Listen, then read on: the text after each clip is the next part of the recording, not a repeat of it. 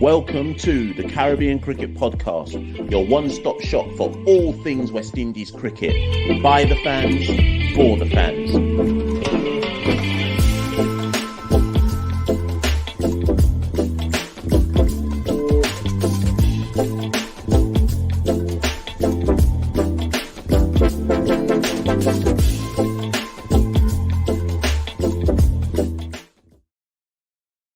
Roach, and I listen to the Caribbean Cricket Podcast. Indeed, you are, people. You're listening to the Caribbean Cricket Podcast. My name is Machel St. Patrick, here at one half of the Caribbean Cricket Podcast. For most of you, you know that by now. Santoki's not with us today, but this is just a little quick one. You know how these quick videos go.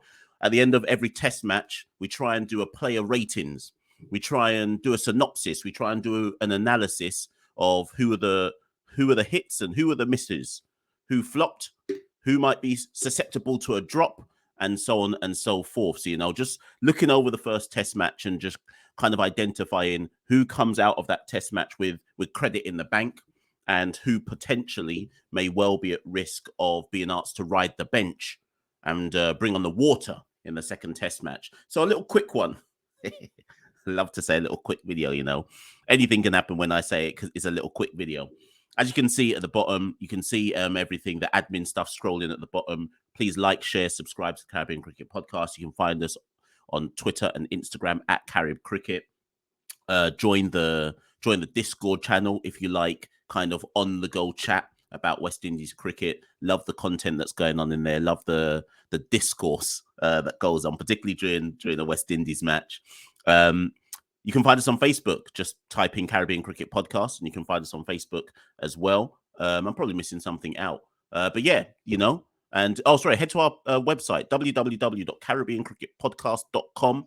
And that's where you'll find all the links, essentially, to everything. And obviously, if you'd like to support the Caribbean Cricket Podcast, head to www.patreon.com/Carib Cricket.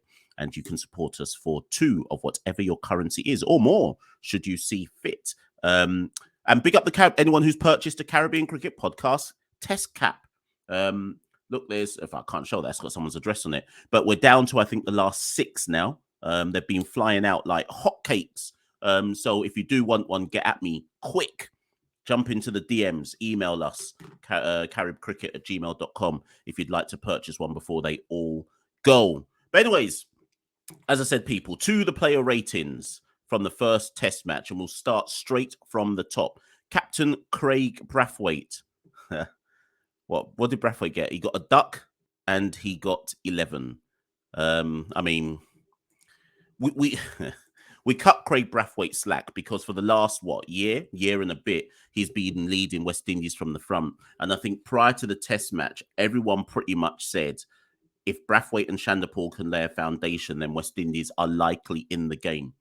And it's not upsetting. That's too strong a word. But let's use upsetting, though. It's a bit upsetting that when they didn't lay the foundation, not enough players stepped up to the plate.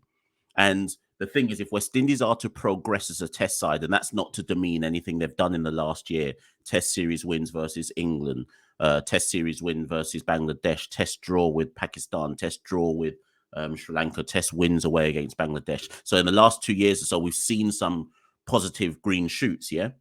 So it's not to denigrate anything that they've been doing over the last 2 years or so, but the reality is that it's a bit upsetting that when Craig couldn't get a start, not enough players stepped up to the breach and said, you know what, captain's not giving us the start, but I'm willing to be the guy.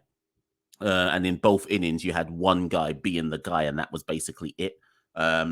So, yeah, I don't know how further along we are then in our development if the rest of the batting order isn't contributing, and we still have to kind of say, well, boy, if Craig and Tage don't lay a foundation, then it's looking kind of sticky for us.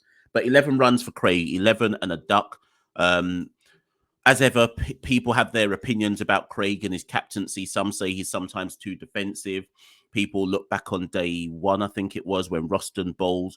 I think after he'd got the 4th wicket, I think just before Clarkson got out, or was it after Clarkson got out and Roston was still bowling, and people like, boy, why doesn't Craig bring back the quick men, etc. people always nitpick at Craig's captaincy. On the whole, I think Craig's captaincy is actually quite good. It can be a touch defensive at times, but on the whole, I actually think it's quite good. So I'm not really going to nitpick at the captaincy per se. But for his own individual performance, anybody else gets an 11 and a duck, and you're giving them none out of 10. It feels harsh to say that about Craig because he's bailed us out so many times, but none out of 10. See, there's no friendship thing out here. Listen, I'll just call it as I see it. You don't have to agree. Obviously, get in the comments below if you disagree with any of these grades. By all means, get in the comments below and explain why you would have given higher or potentially lower. Tage Chanderpaul. So Tage Chanderpaul, he scored 22 and what's his second score? And 10. 22 and 10. I can't remember off the top of my head what happened in the first innings for his dismissal. Did he get a good delivery? I feel like he nicked off in the first one. Second innings, however, he chased a ball that was so high, I would have had to have stood on a step ladder to reach it with the bat, right? Ugly hoik or pull shot. And he was caught, at mid-wicket, I think it was. That was a really bad dismissal. But again, Tage is young in the game. How many test matches, how many test innings is this for Tage now? 9, I think it is. Let me just double check. Yeah, that was his 8th and 9th test innings. And like I say, he kind of was thrown into the fire in Australia, and did all right. Obviously, maximized his skill set in Zimbabwe, and now he's back into the fire tour in South Africa on a pitch that had pace and bounce. So he was always going to come under a greater level of scrutiny. It wasn't a good test match for him with the bat. 22 and 10. 22 and 10. 1.5 out of 10. No, is that harsh? 22 and yeah, 1.5 out of 10 for Tage. My grades are. Thing is, I don't know until people put in the comments below what they think they would grade it. I just tend to say that if you don't do anything of significance, you're getting at most 3 out of 10. For Tage and his own high standards, he would say a 22 and a 10 is a 1 or a 2 out of 10. I'm going to go with 1.5 out of 10 for Tage. Number 3, Raymond Reifer. First innings, 62. Second innings, 8. The second innings dismissal was rubbish, was too soft, pushing away from his body, giving slip catch in practice. The first innings, however, another test match 50s. That makes it 3 consecutive test match 50s. Two in Zimbabwe, and then another one in this first test against South Africa. Listen, and again, my thing is, if I get something wrong, I hold my hands up. And I'm not saying I did get it wrong, because I never said that Reifer wasn't good. I just said from the beginning that I would have preferred Bonner to be in the side, and I didn't know how Bonner got dropped for Reifer. But as I said in, I think, a video, maybe 2, 3, 4, 5 videos ago, I said, however Reifer got in the side, once you get in, seize the opportunity. Right? Reifer for Barbados in the last year's first-class championship was promoted up the order, scored runs, averaged over 40-odd, right? Got a chance versus Bangladesh, didn't convert. Got injured in Australia, was given his chance in Zimbabwe, converted. First test versus South Africa, converted. I'd love to see true conversion, by the way. True conversion in Test cricket is scoring hundreds. But in the context of Reifer not being a natural number 3, and certainly not a Test level, you have to respect it. 50, 50, 50 in 3 consecutive Test matches. Have to respect that. Okay, he'll be disappointed with the way he got out in the second test match, given it was a rare chance for West Indies to win a test away against a higher ranked side. But he still got a test match 50. So for that test match 50, I'll give Reifer. I give him 7 out of 10. And the reason, before anyone says, oh, Machel, how can you give him 7 out of 10? Because that was the second highest score across the 2 innings that we batted in the test match. Only Blackwood scored more runs than him in the test match. So 7 out of 10. Some will say Machel should give him higher. But in the context of, we scored, 220 something in the first innings and then 150 something in the second innings. I can't go too high because in general, we were woeful with the bat, right? But Reifer deserves some credit. 7 out of 10 for his 62, primarily in the first innings. Batting number 4, Jermaine Blackwood. people love to cuss at Jermaine Blackwood. First innings, 37, right? And let me just say, that 37 was the second highest score in West Indies' first innings. Second innings, he got the highest score in West Indies' innings. Okay, 79, his 18th Test match innings, 116 runs across the Test match, which averages out at 58 for that particular Test match. What do you lot want me to say? And the thing is, not only that, in both innings, more so obviously the second than the first, Jermaine tried to be busy at the wicket. Obviously, the second innings, he was very busy. But in the first innings, he was still trying to get things moving, quick singles, trying to rotate strike, trying to put the South African, trying to prevent the South African bowlers from settling into a set line and length and getting into a rhythm. This is why, for all the people who love to cuss Jermaine Blackwood, this is why Blackwood will always be crucial to the West Indies side, because there is no one else in the top six who has Blackwood's ability to, and here's a key word, consistently pause. Lots of you will say Mash is not consistent. But when I say consistently, I mean more consistently than anybody else in the side. Blackwood is the only one with the ability to say, I'm going to counterattack and put pressure back onto the bowlers to try and give us some level of momentum. No one else in the side, I think, was capable of playing the innings he played in the second innings at 79. Maybe if a couple more people had played some more circumspect shots, they could have actually stuck with him and made him get his fourth Test match 100. But it is what it is. And I think the ball that got him in the end was quite a good delivery, to be fair. Was it Nortje? Someone dug one in. I feel like it was Nortje. And he fended it off to slip. 8 out of 10 for Jermaine Blackwood.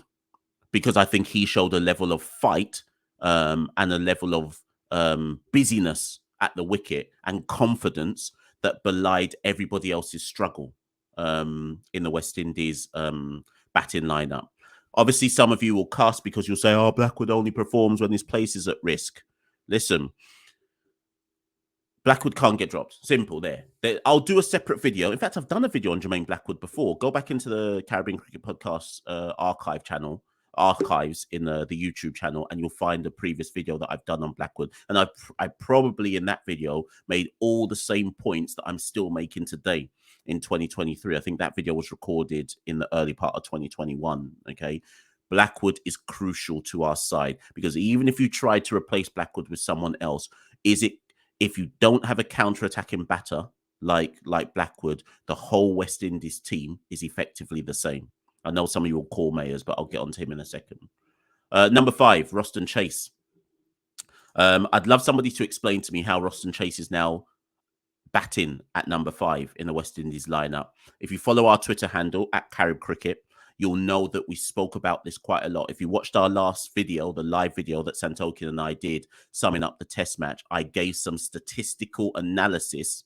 You know me, I love to come with stats and facts. I gave some statistical analysis of Roston Chase's performances over the last 2.5 years prior to his Test recall.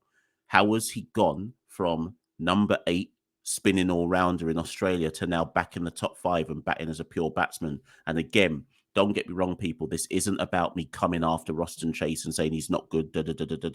I just don't understand the process. Either way, he's back batting at number 5. And in this Test match, he got 22 and a duck. Again, I can't really remember how he got out in the first innings. Somebody will tell me in the comments. Did he fend to slip? Can't remember. But second innings, he shoulder-armed to Janssen delivery that clipped the off stump, a perfect delivery. Someone said to me, if Roston had tried to defend that, he would have edged to slip. But I don't think that. I think he should have played the ball on its merit. But anyways, first ball duck. Listen, Roston has to understand that it's going to come with the territory. He is one of the players in the side he has to accept that he is one of the players in the side where people believe the selectors have given him an easier ride than anybody else. So every innings Roston doesn't produce from now till whenever, he has to understand that the pressure and the scrutiny will be high, not just from us at the Caribbean Cricket Podcast channel. I think from the large majority of West Indian fans, maybe less so in Barbados, but certainly the large majority of West Indian fans will call into question his place if he doesn't produce. So the pressure is on Roston And it shouldn't be like that, but it is what it is, right? The pressure is on Roston that in every single test match, he better do something or the response will always be the same, which is, but how's he in the side then? So poor test match for Roston. I don't know if he'll play in the second test match. I suspect he probably will, and Mayers might hold a drop, but I'll do a video on that maybe on Monday before the second test match, or Tuesday before the second test match starts. But look out for that one. But in terms of this test match, Roston 22 and a duck, no wickets. Although we kept it tight with the ball. Let me just remind myself, what did he do with the ball? 14 overs, none for 33. I mean, in fairness, let me give him his due. When South Africa got that really good start on day one, and Craig called Roston into the attack, Roston at least bowled with some level of control, because up till that point, everyone apart from maybe Alzarri, Joseph and Carl Mayers were getting licked down by the South African openers, and Roston brought back some semblance of control to proceedings. But 22 and a duck. What did I give Tage? 1.5. And Tage got, what did Tage get? Tage got 22 and 10. Roston Chase, because of his semblance of control with the ball, 22 and a duck. If Tage got 1.5, Roston gets 1.5, maybe 2 because of the bowling. I don't know. I'm sure some of you will disagree with me. Carl Mayers, 6. Mayers scored 18 and a duck. He bowled 10 overs, 1 for 23. I actually think Mayers was underbowled. And I think, in fact, let me go back. In terms of economy, Mayers had the best economy in the side. He only bowled 10 overs in the test match. And again, let me clarify this by saying I really like Carl Mayers as a cricketer.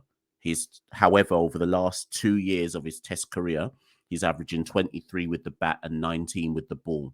And even that 19 with the ball, although it's brilliant, comes in certain circumstances. We are starting to reach that point with Carl Mayers where the West Indies team, whoever's responsible for selecting, they now need to make a decision with Carl Mayers. Is his batting good enough to keep him in the top 6? I actually think right now on form, it's not. Is his bowling good enough to put him somewhere under number 8? Maybe.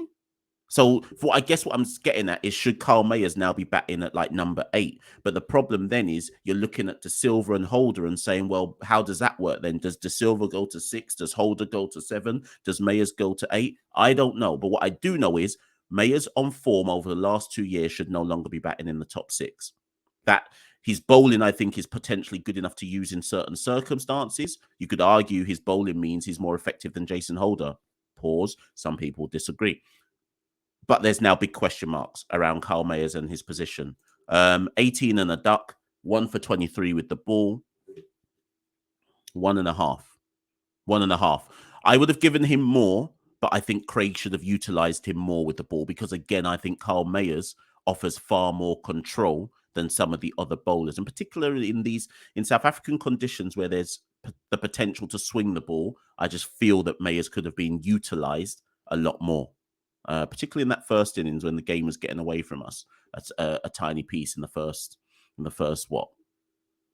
2 sessions or whatever it was. So yeah, 1.5 for Mayers. So I've given Chanderpaul 1.5, Chase 1.5, Mayers 1.5. And again, before anyone says to me, Mash, no, he got 18 and a duck. But I thought he was good with the ball. So 1.5, maybe even 2. I still don't know if I should give Chase 2 and Mayers 2. I don't know. Let's just say 1.5. 7 was Josh De Silva, I think. Yeah, because De Silva's been promoted over Holder. So Josh got 17 and 4. That's not good enough with the bat. Before anyone says, oh, Mash, you won't criticize Josh. No, it wasn't good enough with the bat. He gave it away in the first innings. Again, another soft dismissal. Just, what did he, slash it to gully or something? Poor dismissal. Second innings, gave some slip practice, although he dug in a bit more in the second innings. But then he took 7 catches. If I remember rightly, I saw some stat today, is that only the 5th wicketkeeper in history to take 7 catches in an innings, I believe. And again, I always say this about Josh. It all depends on how significant people believe a wicketkeeper's role is in terms of the out-and-out wicket-keeping skill set. I do not believe when you rate Josh De Silva that you can just base it off what did he do with the bat. Yes, he is there to bat, but how do you weigh up the wicket keeping skills? How fundamental and important are the wicket keeping skills? If they are important, and you understand that taking 7 catches in an innings is like the most, like only the 5th wicketkeeper in history to do something like that, or whatever that stat is, then you can't just say, well, boy, he was useless. Do we want more from the bat with Josh? Yes. But did everyone struggle in the match with the bat? Yes, apart from Blackwood and Reifer. I put it to you lot because I don't know where people rate the actual wicket keeping. If we're going off the wicket keeping, he has to get like a 6.5 or a 7, right? But if we're going off the batting being more important than the wicket keeping, then of course that drags it down. You lot are going to slate me for this. 3. You lot are going to slate me. I know you lot are going to come for me and slate me in the comments, but I'm only saying 3 because I think you cannot disassociate what he did with the actual gloves away from what he did with the bat. You can't just say to me, well, boy, a wicketkeeper's there to bat only. Like, we have to also rate the actual wicket-keeping skills as well. Or do we give different marks? I'm putting them all together. I'm saying 3. Who's next? Holder. So Holder got 18 and a duck. Bear man got ducks, you know. So Holder got 18 and a duck. Holder's been dreadful with the bat for the longest while in Test cricket. In fact, actually, as I'm doing this now, as I'm recording it, let me just bring up some stats to back that up, because people say, Mash, you don't know what you're talking about. But the thing is, I do. So Holder with the bat. This is Holder's last 5 Test series with the bat. Sri Lanka away in 2022, he averaged 11 with the bat, and he batted 4 innings. England at home, he averaged 24 with the bat, and he batted 5 innings. Australia away, he averaged 11 with the bat in 4 innings. Zimbabwe away, he averaged 7 in 2 innings. And thus far in South Africa, the average is 9. Holder's batting has fallen off. That's why Josh has been promoted ahead of him, because I think they've I don't know what discussion has taken place. Holder should feel a way that Josh has been promoted above him, but the reality is Josh probably deserves to be promoted above him, because that's how much Holder's batting has fallen off. So he didn't produce with the bat in the Test innings. First innings, I thought he was flat with the ball, but second innings, 7, what was it, in the morning of the 3rd day, 7 overs on the trot, 2 for 7. I think it was like 3 maidens or something. How many maidens? 3 maidens or 2 maidens. So 7 overs, 2 maidens, 2 for 7. I thought he was fantastic on the third day, on the morning of the 3rd day. That was super accurate. He bowled the exact line and length to test the edge on that morning, and he was super accurate. So his overall bowling stats for the match was 21 overs, 3 for 71, economy 3.38. So again, if you look at the ball, if you look at what he did with the ball, I think it's like a 6.5.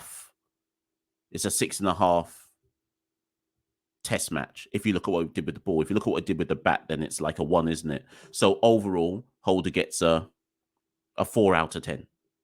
A 4 out of 10. Again, some of you might say 5, right? But I'm going to give it like 4.5 out of 10. That's Holder at 8. Who's 9? Alzarri Joseph. Alzarri Joseph. First things first. Obviously, I'm starting with the negative, so apologies. But Alzarri, I beg you, stop giving your wicket away. Alzarri Joseph is a much better batter than his dismissals. Sometimes when I watch Alzarri bat, I'm thinking, Alzarri, I beg you, bat the situation.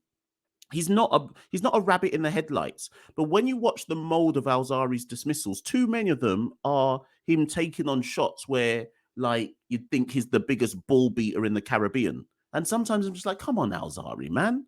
Like when he was batting with Jermaine Blackwood, obviously we weren't going to win. But at least bat for Jermaine and help Jermaine reach his century or something. Don't just taking on some nonsense short ball and just hoiking it out to cover or wherever it was, deep cover or wherever it was who took the catch. Come on, man.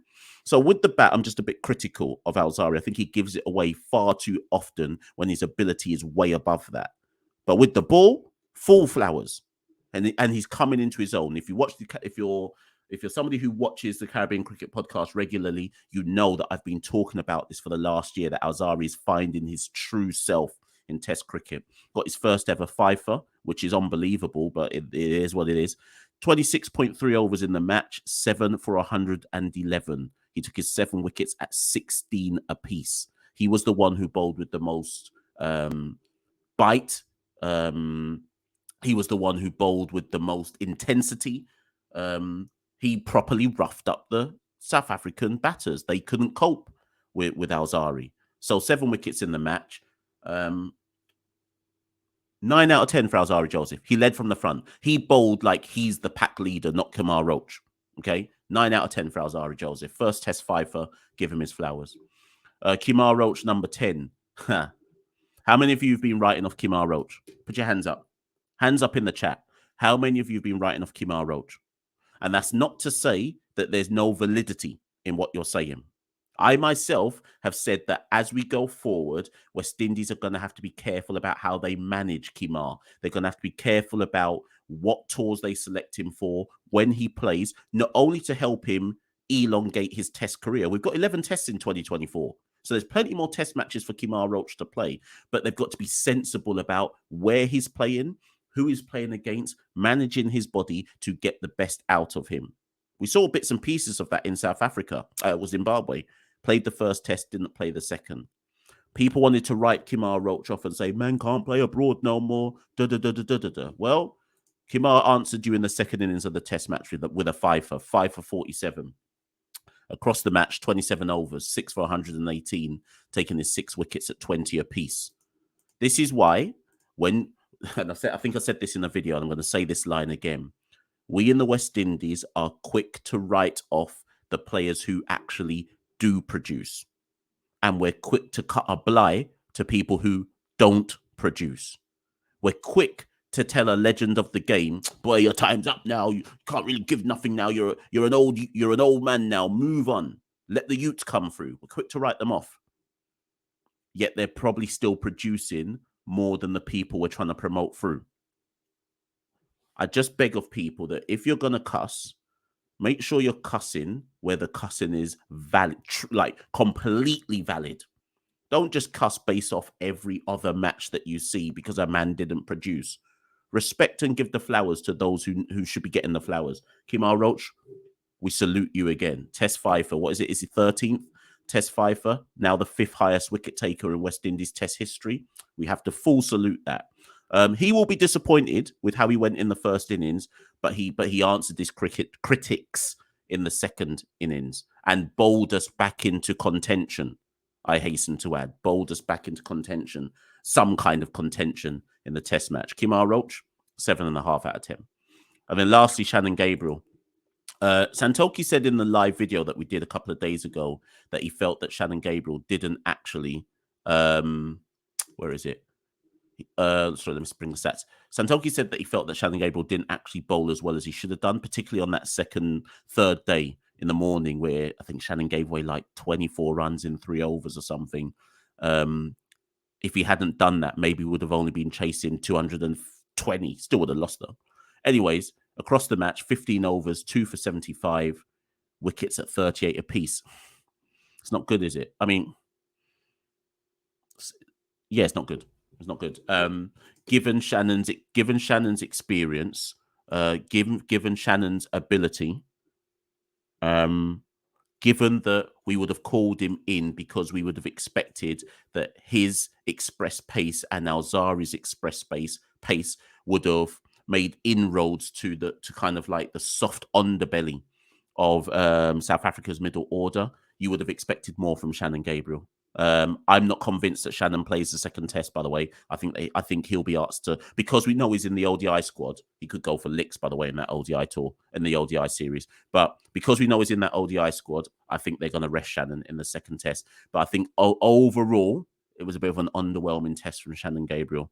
3.5 out of 10. 3.5, maybe 4. Anyways, people, get at me in the comments below. You know how these player ratings go. They're not a science. They're not a Mash from Caribbean Cricket Podcast said man only gets 1.5 out of 10. He's a disgrace. How can he say that about West Indies players? Listen, I'll just give the ratings that I give. You can get emotional and get in your feelings about it, or just get in the comments and say, actually, I would have given this, and give me a justification why.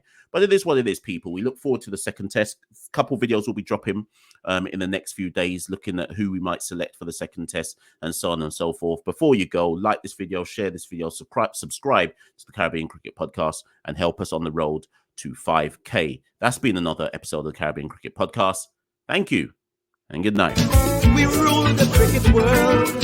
Now the rules seem coming. Welcome to the Caribbean Cricket Podcast, your one-stop shop for all things West Indies cricket. By the fans, for the fans.